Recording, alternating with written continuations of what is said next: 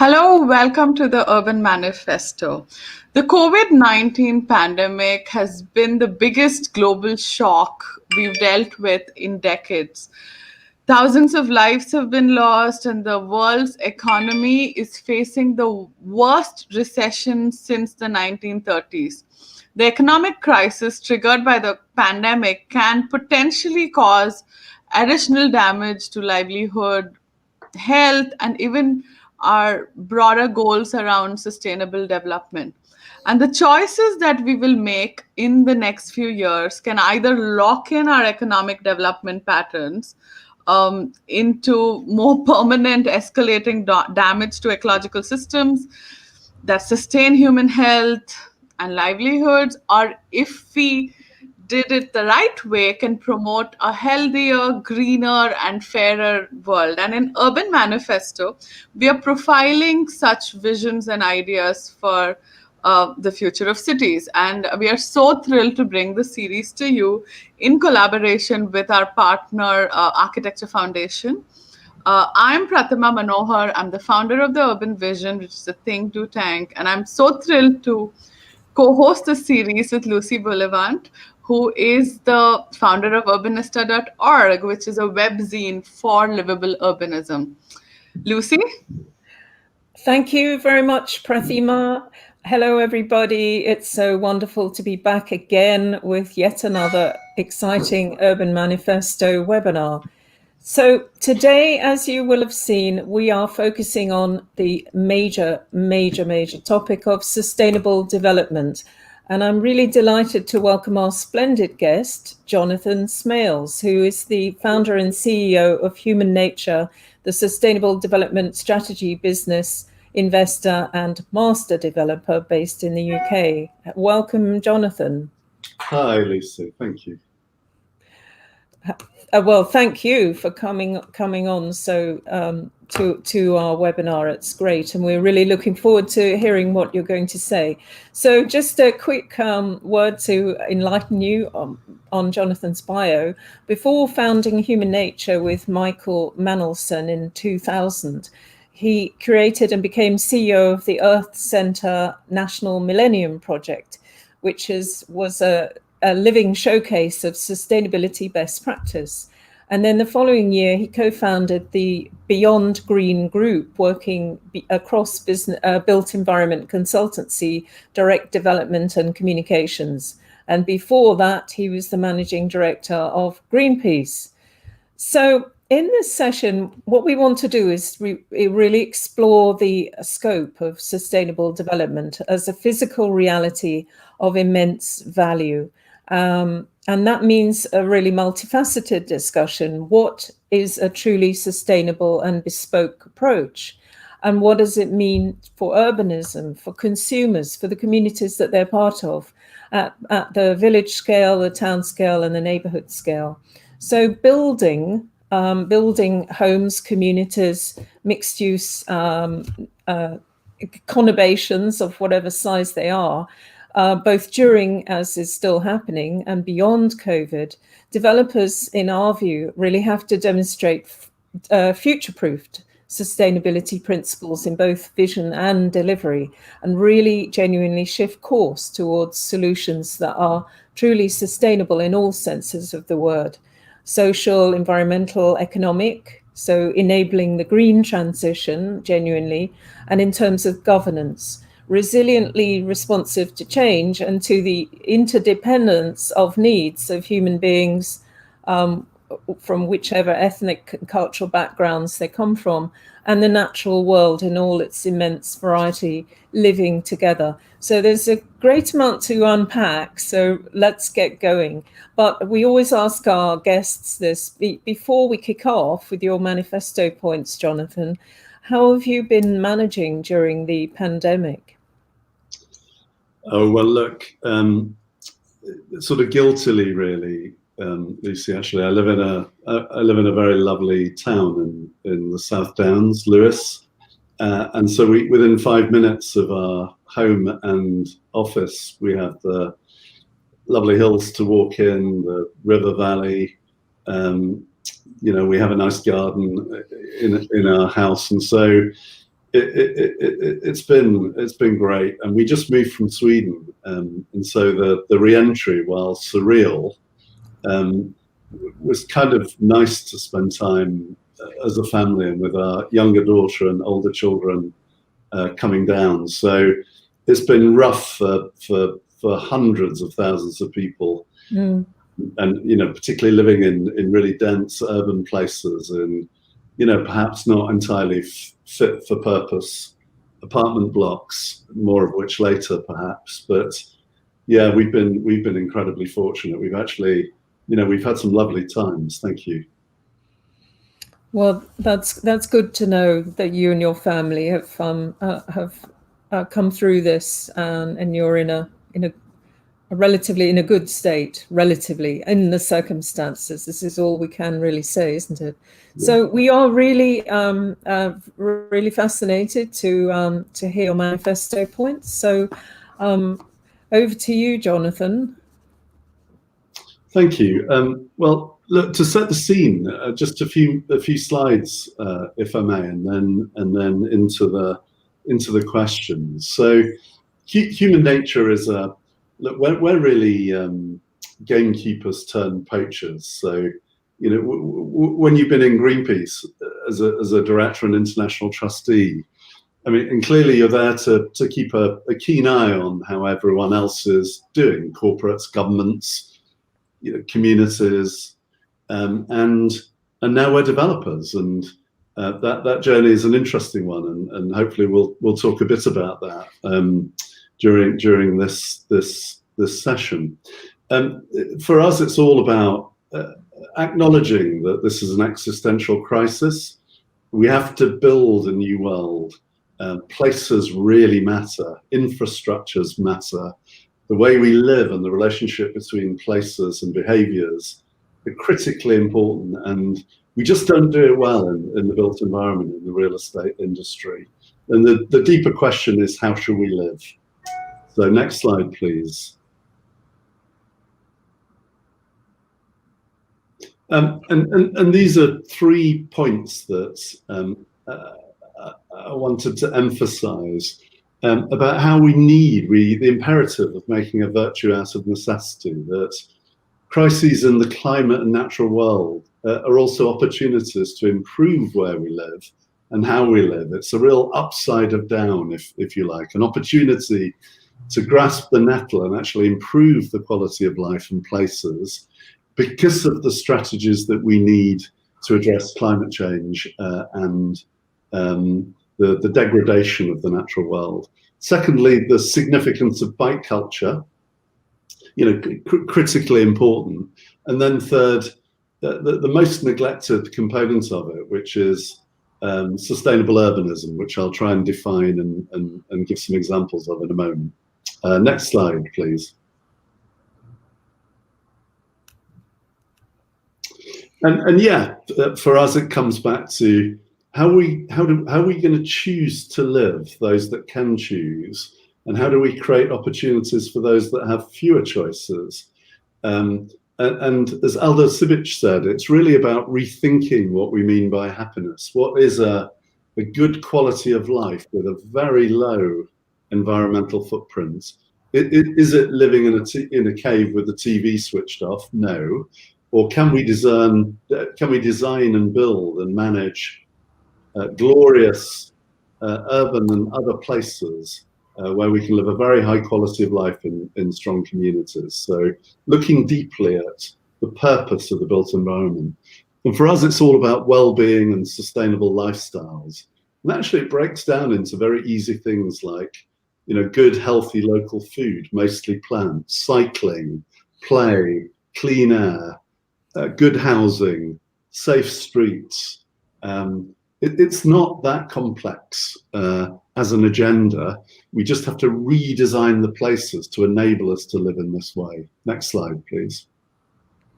And that means really looking at everything differently again. Sustainability is easy if you're prepared to do everything a little bit differently. And I mean everything from aligning investments, the culture of the teams, the people that you work with, how you engage with local communities, obviously the designs, the materials that you use, but everything doesn't have to be radical. They're relatively modest changes. It's the assembly and the curation of those elements put together in an integrated way that gives us the answers that we need. Next slide, please. So bike culture. Now, this is much more than just a few extra bike parking facilities at a railway station. This is a way of living, and as I said, we just moved back from Sweden. I think Malmo has the 6th best bike culture in the world, according to a new survey. That's a photograph of Copenhagen, and it's just a way of living, a way of moving around the city, a way of seeing people move around the city, the joy of watching people on bicycles, the inherent safety when there are fewer cars on the road, the way it animates streets, the health-giving properties. And so much more than just urban design or streets, but a whole way of living that is a very exciting agenda. The new alpha mode of movement, and particularly with electric bikes and electric cargo bikes, offering new facilities for people with disabilities or older and people with very young children to be able to move quite long distances. And we remember that most urban journeys actually are less than 2 kilometers. Next slide, please. And you know, the great Louis Kahn, in a city, the street must be supreme. Well, you wouldn't know that, would you, in most of our urban designs or looking around at our towns. In Lewis last night, when I left the office, on this very lovely Georgian high street, a car came past me at about 50 miles an hour. Had a child slipped on the pavement at that point, she would have been immediately killed or maimed. We don't design streets yet for people and for cycling in this country, and it's a critical imperative environmentally, but also for the quality of life and for health and well-being. Next slide, please. And this is a scene in Copenhagen, in Nyhavn, by the new bridge. And this is just an everyday scene. And this is what I mean by bike culture, that it's just everywhere. It suffuses everyday life in this glorious, livable city. And here we are. I was giving a talk in Wickham, where we're planning a new development there. And someone said, well, what would you do on a Saturday morning when you need to go to the supermarket to take your children with you when you're going shopping? And I put this picture up this is an everyday street scene again from Copenhagen. The entire family out on a bicycle with a cargo bike. Just a lovely street scene. Next slide, please. And you know, a bit of wit around the place. Not everything has to have a kind of pseudo-industrial design, but you know, bike cafes on the street, planting around bicycles. There's something about the way that older bicycles are left around a Scandinavian city. Not everyone's in Leica, not everyone's, you know, speeding at 40 kilometers. It's much more leisurely, much more everyday experience. Next slide, please. And this kind of tells it all. It's not fair weather cycling either in a Scandinavian country. It just is a way of life. Next slide, please. And now to sustainable urbanism. And for me, Old Amsterdam is arguably the best urban form we've ever achieved in history. And this fine grain, this multiple plots within a block of different sizes and configurations and heights and facades. Beautiful garden courtyards, the Hofjes in the middle, the front door straight out onto the street. The way it's adapted over time, the buildings, some of which are 350 years old, have been banks, chemists, offices, apartments, houses, and back again once or twice in their life. That quality of grain makes the streets really lovely to walk along, and it encourages walking and cycling because people, one, they feel safe, and two, it's just an enjoyable experience. Next slide, please. And here we have the Jordaan in Amsterdam. Beautiful narrow streets, no front gardens, but a bit of defensible space. Lean your bike up, a nice little kind of stoop, somewhere to put some pot plants.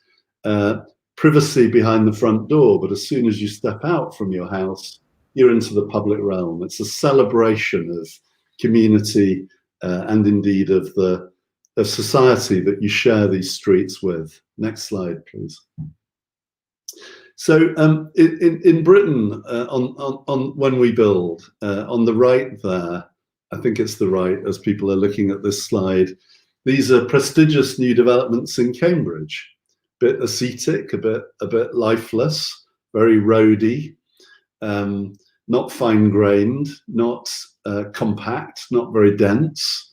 On the left, they're kind of grand examples, but we can design urbanism as good as Belgravia or Islington or Vondel Park, but we choose not to. We choose to still build low density, unsustainable environments where the distances between where people live and go to school and shops are too far. And so if public transport isn't available, they drive. The carbon and total environmental footprint is far higher than it should be.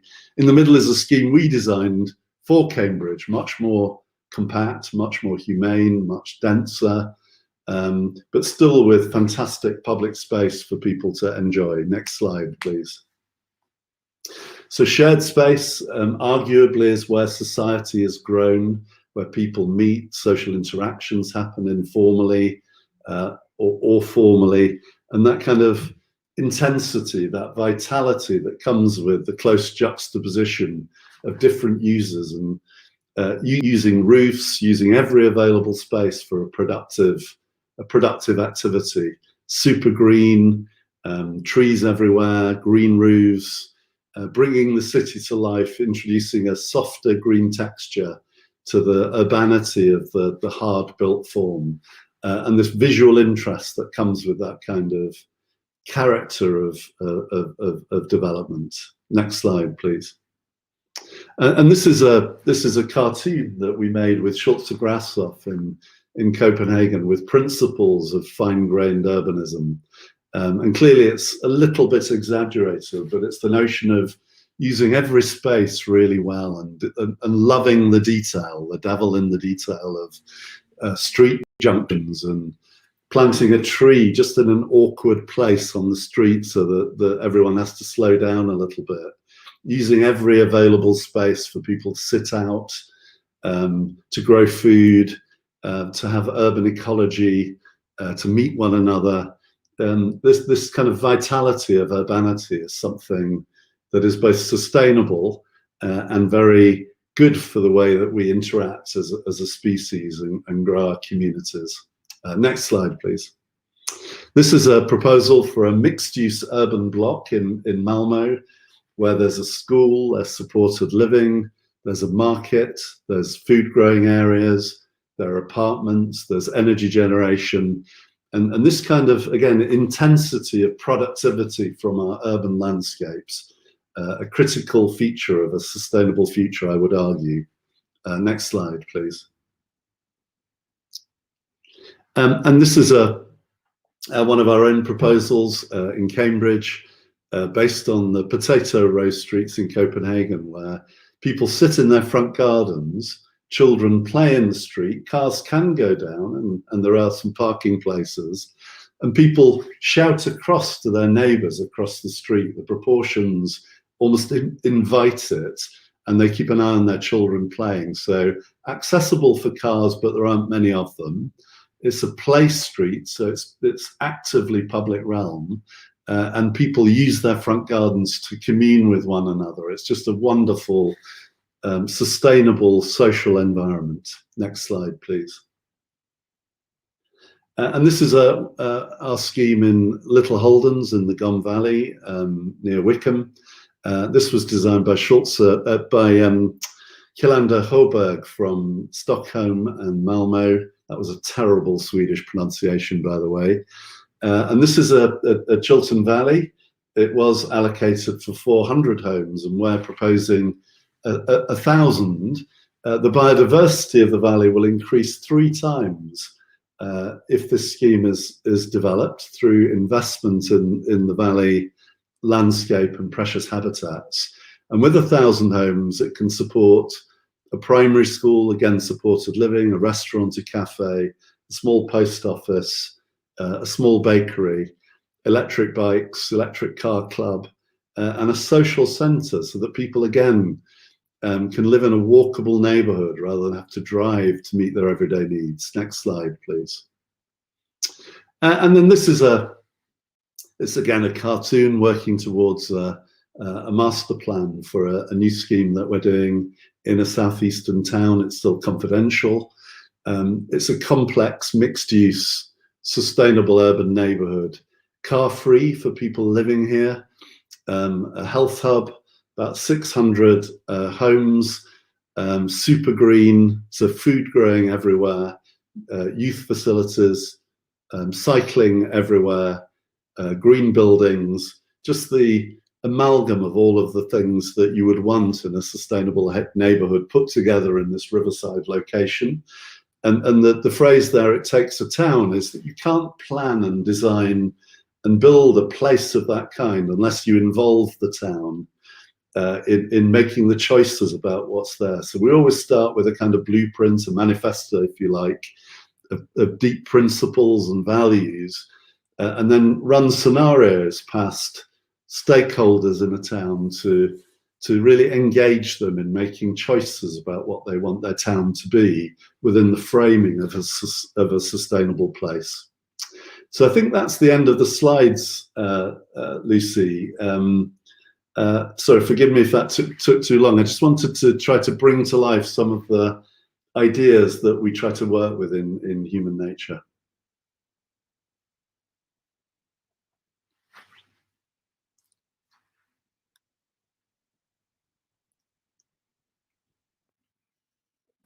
Lucy, you're on mute. You'll have to unmute yourself. Apologies. Let me restate that. So, yes, I think that presents a very vivid overview of your approach and your ethos, and completely underlines the huge reality, the real necessity of understanding that places are much far better the whole sort of sense of they're grown from the ground upwards, and their identity and their sustainability is grown rather than being imposed on a place. That you can have high density in an extremely imaginative, responsible and thoughtful way. And also very much addressing this issue that I mentioned of the interdependency of needs. So, the ecosystemic approach to urban conurbations, although even the word conurbation sounds a little bit unfriendly. So one thing you said on another occasion, so we kick off with my first question, is that you very rightly describe towns in the UK, and also this applies to towns all over the world in different continents, as sprawling. The tendency is for them to be sprawling. Is that your dog? It's a puppy that's just entered, never with animals and children. Yeah. I said something that set him off, or her. Just a little puppy, and she gets overexcited very easily. Yeah, I do apologise. She's very, very against sprawling conurbations. So okay, so the default is sprawling, really bad housing quality, dominated by car culture, which also that uses up so much usable land in terms of parking. So counter to this, you chose to dedicate human nature, your business, to alternative ways of making urban places in better ways. So if we go to focus on and explore Little Haldon a little bit, the project in the Gom Valley, which is outside in the countryside to the northwest of London. It's not so far from London, but it is in countryside. And then others in planning or others in development. So for example, in Cambridge and Malmo, the wonderful one with the food growing project. How does, say, Little Haldon, principally, because you've not shown too many images of that, apply a truly sustainable and bespoke approach? So very much relating to that context and the people there, as distinct from being very generic? Yeah, well, I think the first thing is that we inherited a piece of land with an existing development brief from the local authority, which itself was the product of a good deal of public consultation, and I think in the end it tried to satisfy everyone, including all the opposition to whether development should happen there at all, and ended up becoming a very, very low density scheme in this huge and lovely valley. And it just felt to us that putting houses in low density on one part of the valley wasn't making, if you were going to build there at all, you weren't making good use of that precious resource of scarce land in beautiful places in England. And so what we look to do, we call it the evidence of the land, is that with a big team, actually, maybe 20 different consultants, 4 architects, urban designers, ecologists, landscape architects, landscape and visual impact assessment people, is that we looked to craft something that was highly bespoke to the contours of the site, to the best views, that was compact. So 3 villages essentially stitched together that cumulatively had enough heft to be able to support higher order services of shops and community facilities and school, and in being more compact, not use much more land than the 400 houses. I mean, really just a few percent more, freeing up nearly all of the valley, 50 hectares, for the green regeneration of that valley, the restoration from farming, chemical farming over the last 80 years, I guess, to very precious chalk grassland, preserving the ancient woodland, managing them well for the first time, managing the sites of special scientific interest. And with the whole scheme, with the villages stitched together by what the planners call a spine road, but is really a kind of winding country lane, like a French hill town, so that people can walk and cycle on these steep gradients. It reduces the gradient so that it's easier for people to walk and cycle. So those were the principles. And then we found the local historian and asked him to, if there were any old field names for the valley and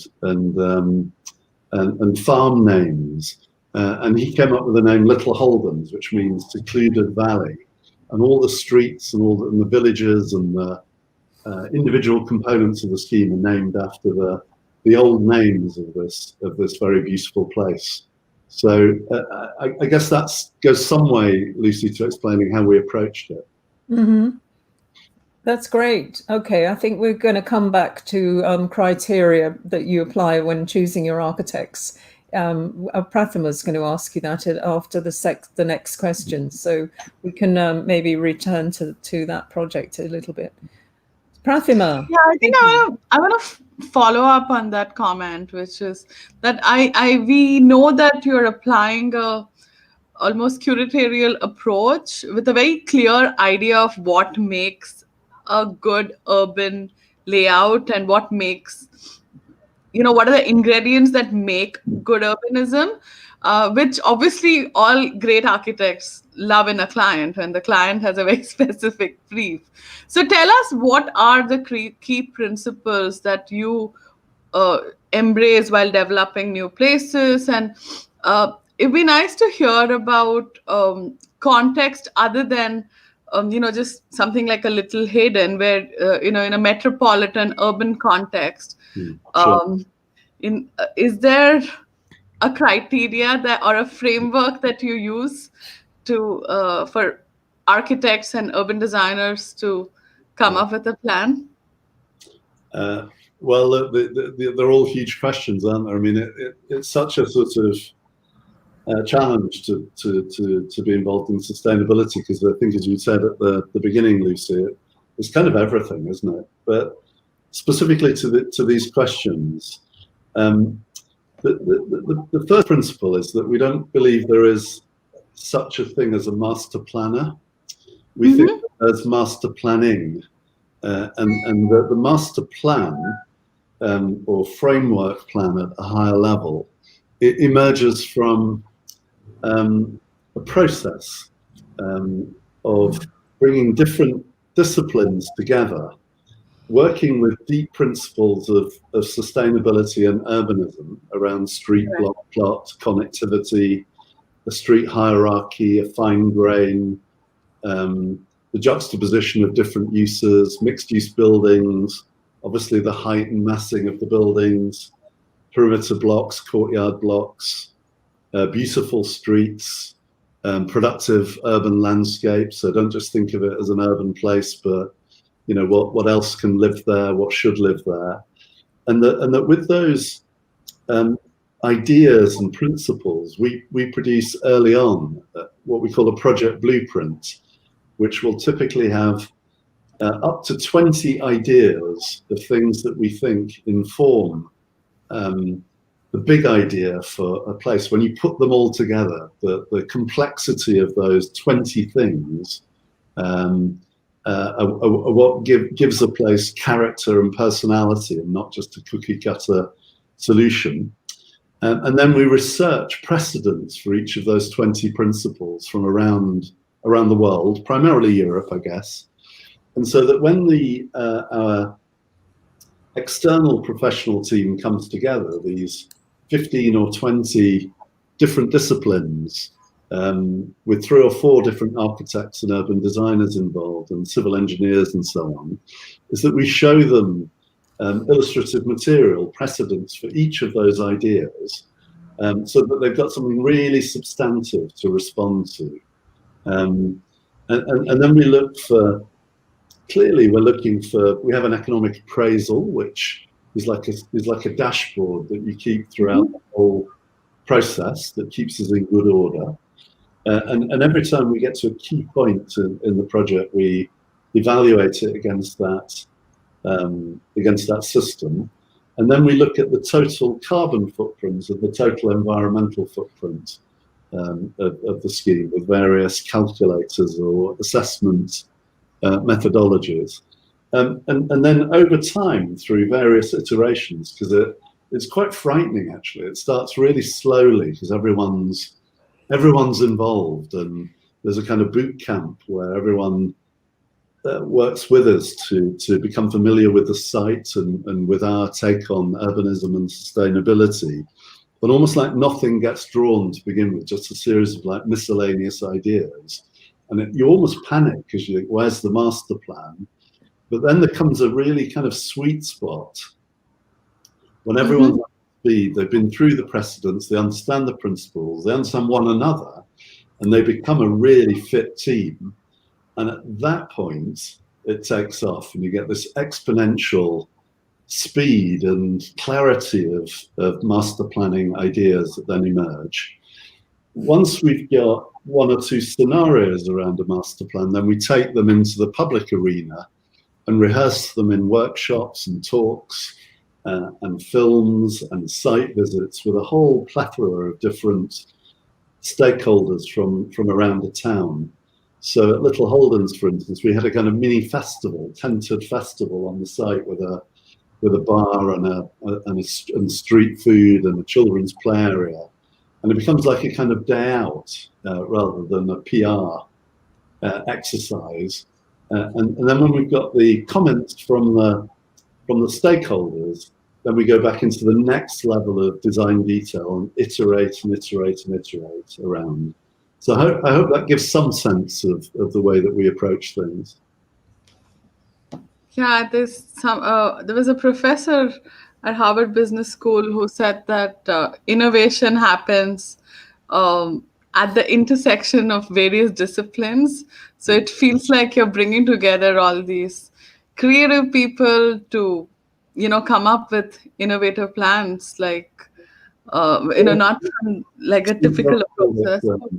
This is a rather grand illusion, but Steve Jobs called it deep collaboration, and it's the notion that he would imagine something that didn't, a piece of software that could deliver a service that didn't really exist. And he would go and talk to his software engineers, and they would design the software, but it still didn't feel right. And he'd go to the hardware engineers, and they would design something that was a bit kind of clunky. And he just found the best way to do it was to lock everyone in a room together and work it out together iteratively. And that's what we try to do, really. That's what we do. Yeah. But I think it's really important to look at precedents too. I think a lot of what we're looking for in sustainable urbanism already exists, but it's in older places. In places that existed before the motor car, where streets were really social places. You moved around, but as you moved around, you'd pick up some food, you'd say hello to your auntie, your gran, you'd pick the kids up from school. That kind of both quality of life and low carbon movement needs to come back, I think, if we're to get through things like COVID and climate crises. And far from being some sort of reduction in quality of life, these are places where we self-respecting bourgeois middle-class people like to go on our holidays, aren't they? Medieval Italian towns, or older English towns.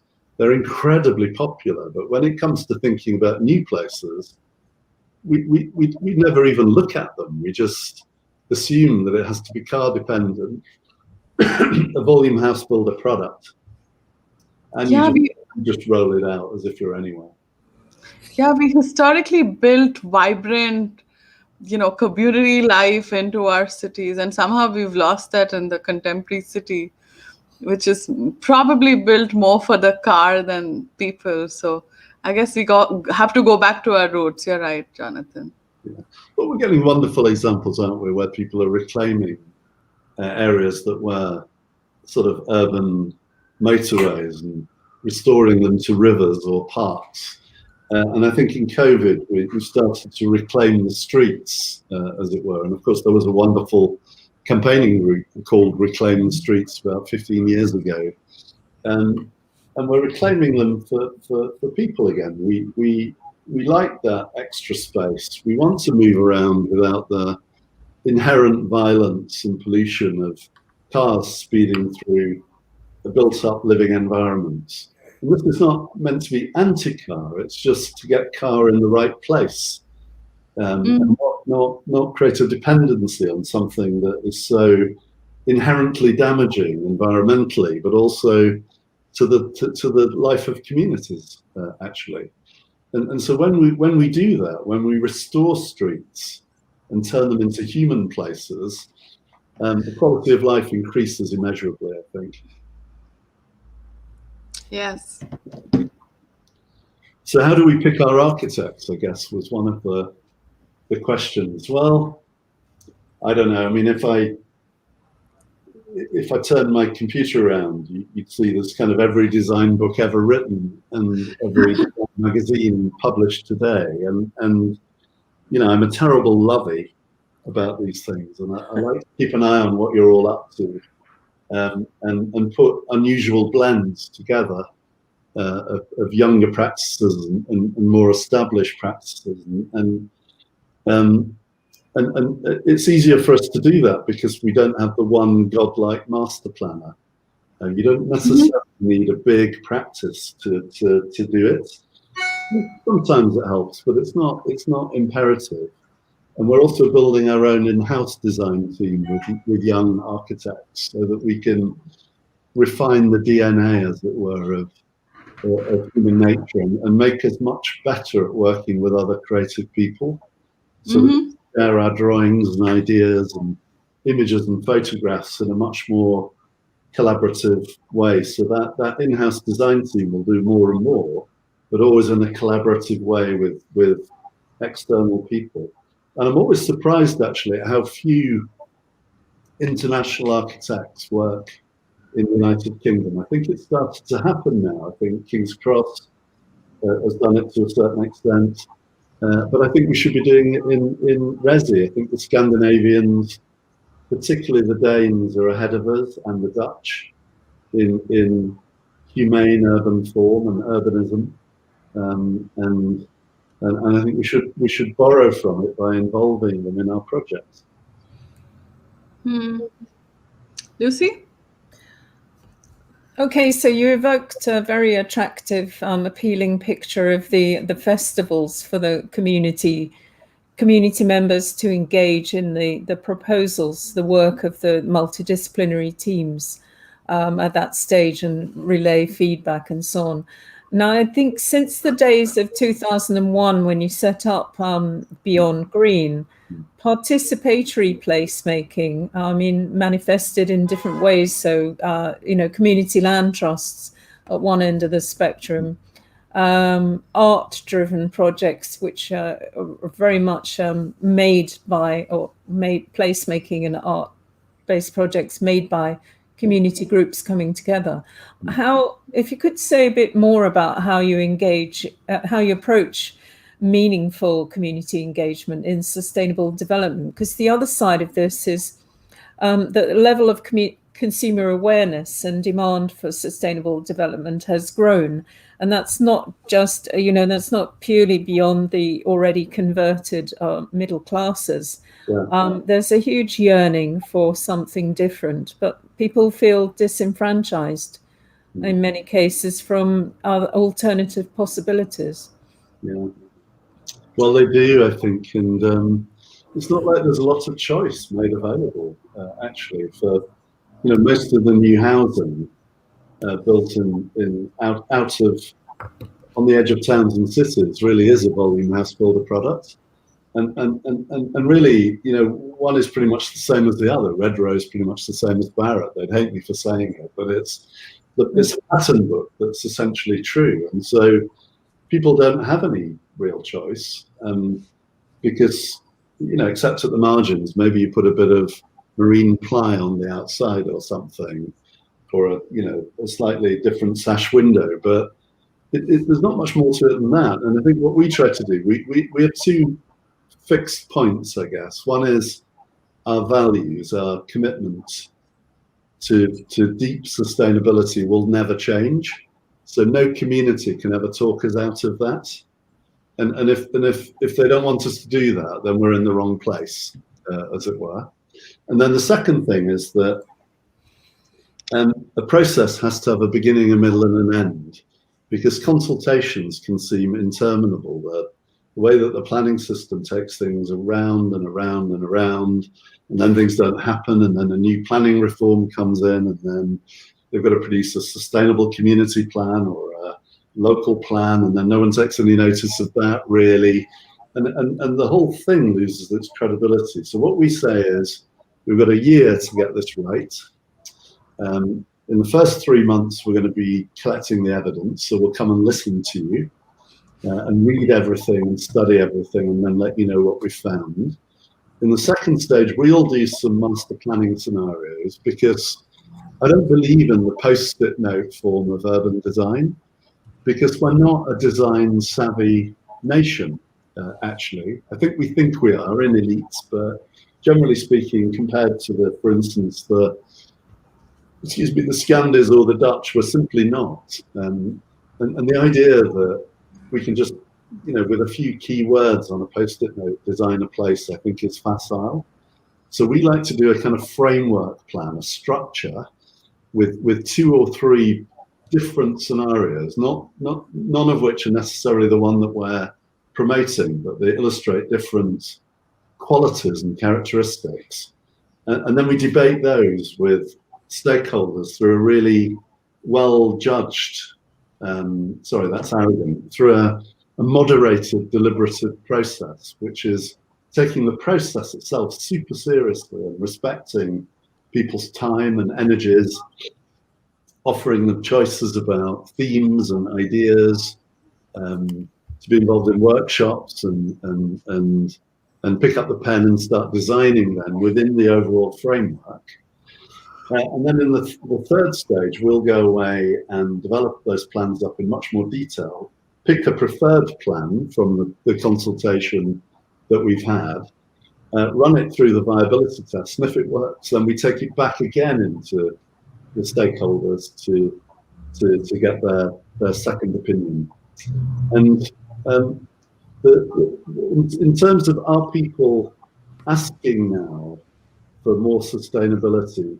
I'm afraid to say I think that they're not, actually, as a general rule, because they don't yet, we don't as a society associate it much with urban planning. What people tend to get concerned about is the view from their window. This is the NIMBY perspective, understandably, because if a volume house builder is going to come and put a housing estate where you had a lovely view before, then you're understandably going to be really preoccupied with that just in and of itself. I think that the second thing is cars, because we've created a car-dependent urban form in this country, and massive investment in car infrastructure. And it's really indelible. There's so much sunk capital in it that, and people just have to drive. And so the idea that we're criticizing car drivers when we've created an urban structure that obliges them to drive is insult to injury. People in Britain are preoccupied with cars and driving and roads, and it's the devil's own job to get them to think about almost anything else.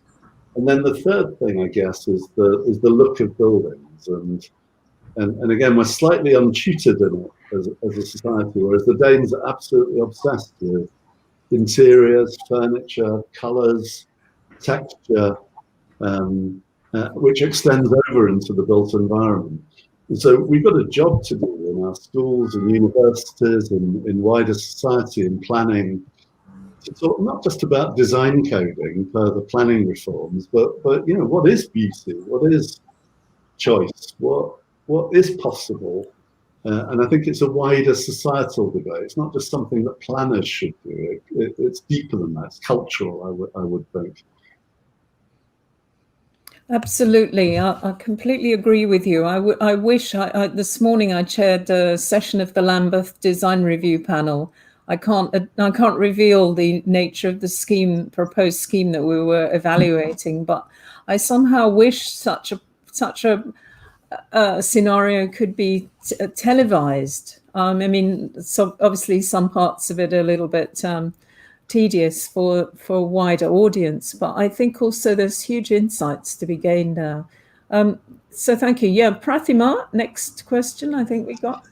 I want to, talk about something that could be a game changer for sustainable development, which is financing. We are seeing renewed and more interest in impact investing during this pandemic, with institutional investors demanding that they have, their investment have some purpose, whether it is social or environmental, and not just purely based on financial returns. And almost I just read a survey and a report where almost 72% of impact oriented money managers expected to maintain or expand their portfolios in response to COVID-19 pandemic, because I think this pandemic has actually pushed a lot of people to pay attention to the other big crisis that we are facing in the rest of the century, which is climate change, which is probably the biggest emergency that we have to deal with as humanity.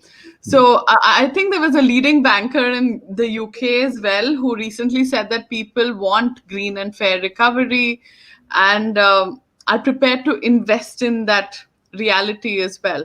Do you see some kind of disruption that can be brought about by the whole world of capital?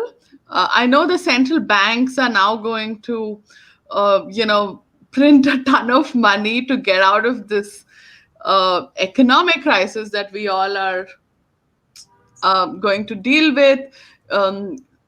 Do you see some opportunities for financing to kind of really push and drive kind of larger sustainable development as the light out of this pandemic darkness that we are kind of all going through at the moment?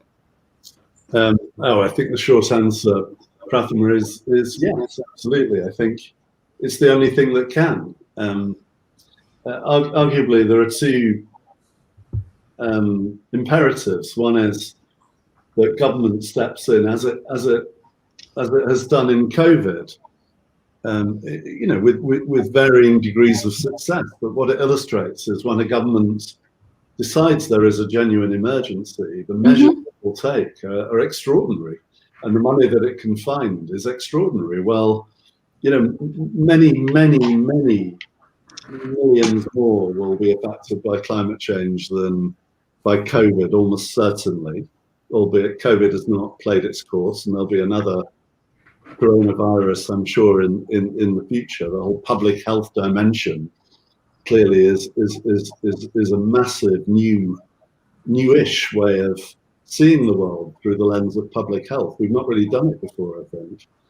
But climate change and the crisis in the living world of biodiversity and habitat degradation requires government intervention unlike anything we've seen before. But it's not to do everything, it's to create the space with the regulatory environment and the incentives for fantastic businesses and communities to step in and do what they can do best. And if you'd asked me 30 years ago in Greenpeace whether I could imagine that big businesses would be leading the way in regards to sustainability, I would have thought that was just hilarious, ridiculous, just inconceivable. And now I think it's probably the only thing that will, actually. I think we look at companies like IKEA and how deep their rethinking of the whole corporate purposes and how it's seeped into the culture of all the teams in IKEA, so that they're reinventing their business from the ground up in a remarkable way. And I think more and more big businesses are starting to do that. And as the big investors divest from fossil fuels and the money's going into renewable energy, what we haven't yet seen is an equivalent shift of priorities into sustainable urbanism. What we're getting is light touch, ethical investment, kind of impact investment into pretty standard existing products, and putting PVs on the roof of warehouses, on business parks and shopping centres, the kind of low-hanging fruit. What we haven't yet seen, I think, is a real shift of sophistication in investment into sustainable urbanism, where we regenerate whole places based on sustainability thinking. And places are remarkable in terms of what they can achieve in that regard. When you think that the way we move around, how we grow food, how we interact socially, energy, water and waste infrastructures, places have a profound impact on all of those things. And so if we redesign our places well, not only can it have a fantastic impact on environmental sustainability, but my earlier theme can improve quality of life and indeed public health, walking, cycling, compact settlements free up land for public space, for green space, for rewilding, for intensive sustainable food growing. It's a fantastic agenda, but we've not seen that shift yet of impact investment into sophisticated urbanism. If there are any people out there listening to this, give me a call, please, because we're looking for sustainable investors, impact investors, for this new model of sustainable urban development. But it will happen. It's a bit slow and patchy. One of the things that you said really stuck with me while you're describing one of your new developments, which was it will increase biodiversity in that region. And that's such an amazing vision. And I hope the money will follow such ambitious plans, because I think cities and how we develop cities is going to be crucial to fighting this climate crisis. So yeah, thank you for that. And I hope that we will see more investors being more ambitious with their goals. And at this point, I also want to say hello to the amazing community that joins us during these important dialogues on the future of cities. Hello, everyone. Tulu says, I'm hoping I'm pronouncing that right. Tulu Getu Segni says, lovely discussion. If you have any questions for Jonathan, please post it in the comment box below and we'll try to take it. Lucy? Well, thank you. That last answer was really fascinating. We need biodiversity net gain almost everywhere across the planet. So the UN Sustainable Development Goals celebrate their 5th anniversary this year since the adoption by the UN Habitat. And that means 5 years behind us they are already, and only 8 to 10 years to actually achieve all of them. So we need, in the words of the UN, we need urgent solutions for urgent times. And that's in the words of Richard Curtis, the filmmaker's new film for the UN Nations United. And it specifically calls in the film for evidence-based action to create real change. So, Jonathan, what do you think the development industry should make as its top 5 priorities to do this? Well, I think that, look, it's a huge question, and I'm sorry to say we've got absolutely no chance of doing it in 10 years. Absolutely no chance. That doesn't mean that we shouldn't burst every blood vessel to try, and we have to gear up now. But we've been saying this for 35 years that we've got 20 years, 10 years, and it's rather shocking, really, how little, in terms of urban environments and infrastructures, how little time that is. So there really is no time to waste. So what sorts of things? Well, the first thing is to decarbonize the energy grid. We're doing okay in this country in that regard. We can do more with offshore and onshore wind and solar, critically important and relatively inexpensive to do. People always thought that, offshore was going to be offshore wind was going to be too expensive, or solar panels would be too expensive, PVs would be too expensive. Turns out actually they're not. That when you manufacture them in enough quantity and when there's demand for that, the price comes right down, because we get efficiencies of scale, economies of scale, efficiencies in production.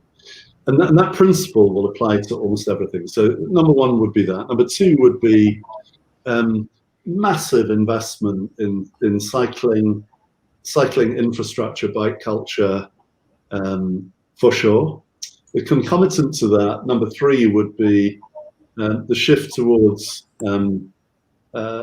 improving our streets in terms of tree planting, narrowing roads, slowing people down, in order that, in the end, public health will improve, communities will be more civic and sociable, and the environmental footprint will shrink. I think the fourth would be, obviously overhauling the existing building stock. Our new developments are almost meaningless in the overall scheme of things. The best we can hope for is they act as kind of inspiring metaphors or models of change, because the real priority is to rework what we already have. And so the retrofitting of existing buildings and infrastructure for radical overhauls in terms of energy efficiency become critically important. And then the 5th would be to, in the planning system, to design much more compact settlements, use less land, do regenerative schemes that not just put back or minimize environmental footprints and put back a little, but actually hugely regenerative in terms of saving land for, as I said earlier, rewilding, and for organic and other forms of sustainable intensive farming close to where people live, so that we grow local food culture and give people access to high quality green open space and countryside close to where they live. And unfortunately, we're very land hungry with our infrastructure and with our obese planning of new settlements, when really we can be so much more compact and still give people plenty, in fact, ironically, give people more space to take recreation in and to relax in if we do that. So those are my 5 tips from the bottom. Thank you. Thank you very much. That's yet another manifesto, really, isn't it? So we got one more question from Prathima. I want to talk about, I love those images of Copenhagen and all the bike culture there, the amazing bike culture there. And I think we've seen a Copenhagenization of large parts of the world due to this pandemic. And, we've seen the revival of cycling culture and infrastructure. Do you have thoughts on how bike culture can improve cities, and what can we learn from COVID? When during lockdown we saw a lot of these non-motorized transit really come to play. Yeah. Well, look, I think that's right, and I think that if we come back to Lucy's 10 years, or rather United Nations 10 years for the development goals, Sustainable Development Goals, then let's look at bike culture from a 10-year perspective. So let's say for any British town and city, that in 10 years, 60% of all journeys within those cities will be by bicycle or by foot. 60%, maybe 30% by public transport, and 10% by electric vehicle, excluding electric bicycles. So you then work back from that 10-year target and set out all of the things that you would need to do to make that happen. Some of them you'll have to do by stealth, because otherwise you'll get a kind of Jeremy Clarkson car party forming, as happened in Zurich actually in the 80s. But there comes a tipping point really quickly, probably in about 4 years, when people actually realise, as they have done in parts of London now, that cycling is just a really efficient way to get around. You move faster as a bicycle than you do in a car in an urban area, generally speaking. That it can be safe, and safe for children if the streets are properly managed and designed.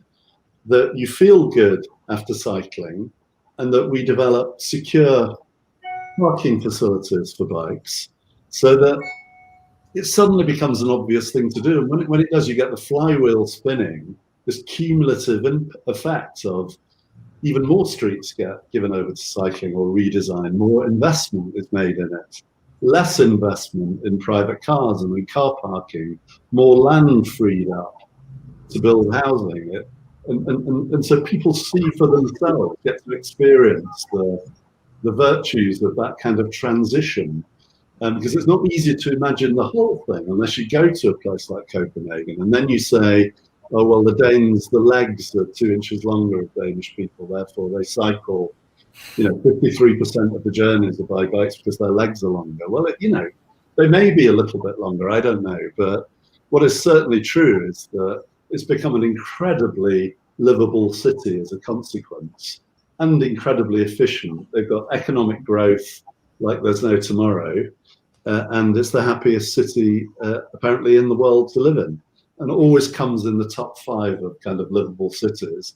And cycling and urban design are almost like the key components of those features. Yeah, I love Copenhagen, especially cycling in those lanes. It's amazing. Yeah. Thank you, Jonathan. This is such an amazing conversation. I really enjoyed speaking with you, and it's so nice to have developers who are so passionate about sustainability. I hope we have more of you, and thank you so much for spending this evening with us. Well, thank you. I've really enjoyed it. I'm sorry it's felt a bit preachy at times, and it's hard to talk about this stuff without showing more pictures, but I really enjoyed the questions, and thanks everyone for listening in. Well, thank you very much. And I think that there is a time to be evangelical and a way of being evangelical that is really appealing. And what your answer to my question about this SDGs, I mean, this really puts us in a strong perspective. You know, this is something that if they got any chance whatsoever, going to have any chance whatsoever, we'll really, really, really have to get a move on. That new film was gripping and very poignant, but we have to keep talking, but we have to continue. We have to act at speed. What was it Greta Thunberg said? We don't want your hope, we want action. Well, yes, I'm channeling Greta in my statement, actually. Yeah. So, I mean, Prathima and I are not developers, but we are, let's say, influencers. So this is, and many of our viewers are influencers on very many different levels. So I think it is incumbent upon all of us to go out and actually see what plans can actually be put into action now. So we will return to sustainable development, I feel sure, in our weekly webinar series, but this really was such an inspiring conversation. So thank you so much, Jonathan. And we wish you well with everything that you're doing. Thank you. Thank you very much indeed. Thank you. Thank you. Thanks. Thank you. See you soon. Stay in touch and stay tuned for next week's Urban Manifesto. Thank you.